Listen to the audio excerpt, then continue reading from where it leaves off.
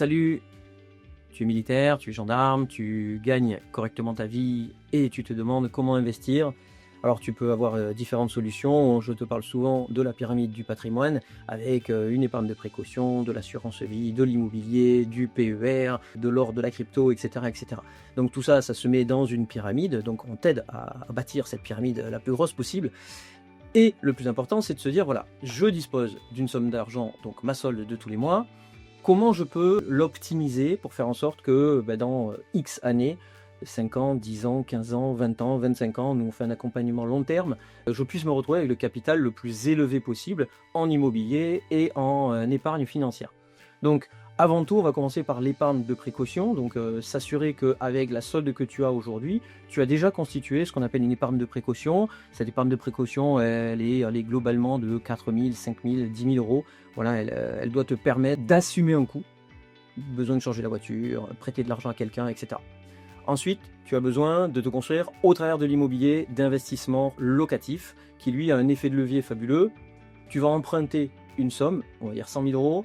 Cette somme, tu ne l'as pas sur les comptes en banque et pourtant tu vas avoir le rendement malgré tout de cette somme qui va venir. Donc un banquier prête cette somme, toi tu vas encaisser un loyer de cette somme-là dont tu ne disposes pas. Et c'est toute la magie de l'épargne immobilière, c'est que tu te retrouves avec un rendement sur de l'argent dont tu ne disposes pas. Certes, tu empruntes cette somme, mais le rendement va être meilleur que le taux d'emprunt que tu as. L'autre option, c'est de verser tous les mois une épargne constante auprès d'une assurance vie, qui porte d'ailleurs super mal son nom, puisque ça n'a rien à voir avec une assurance en cas de décès. L'assurance vie, c'est en fait une commode dans laquelle tu vas avoir 3 tiroirs et dans lesquels tu vas mettre un produit hyper sécurisé, c'est le fonds en euros. Ensuite, au-dessus, tu vas pouvoir mettre de l'immobilier en papier. Donc l'immobilier papier, tu sais, c'est les SCPI, donc des produits où tu t'occupes de rien.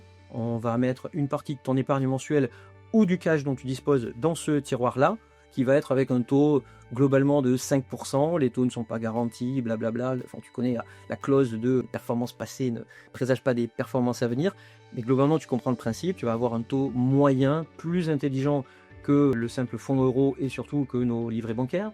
Et enfin, au-dessus, tu vas pouvoir avoir le plaisir d'avoir des actions sans t'en occuper.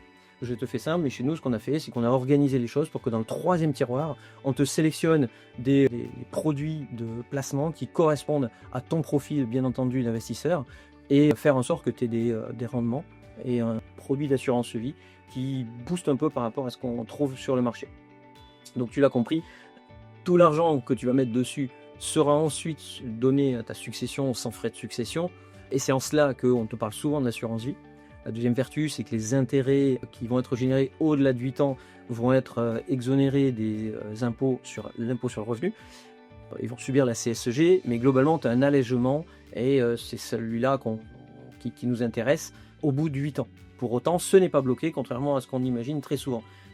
Donc tu l'as compris, l'assurance vie, ça peut être un très bon moyen de te constituer une épargne avec un taux de rendement un peu plus élevé. À toi de jouer. Tu peux te renseigner et le faire par toi-même, tu peux nous contacter, on sera là avec grand plaisir, tu n'hésites pas, et j'espère avoir été évident et clair sur cette présentation.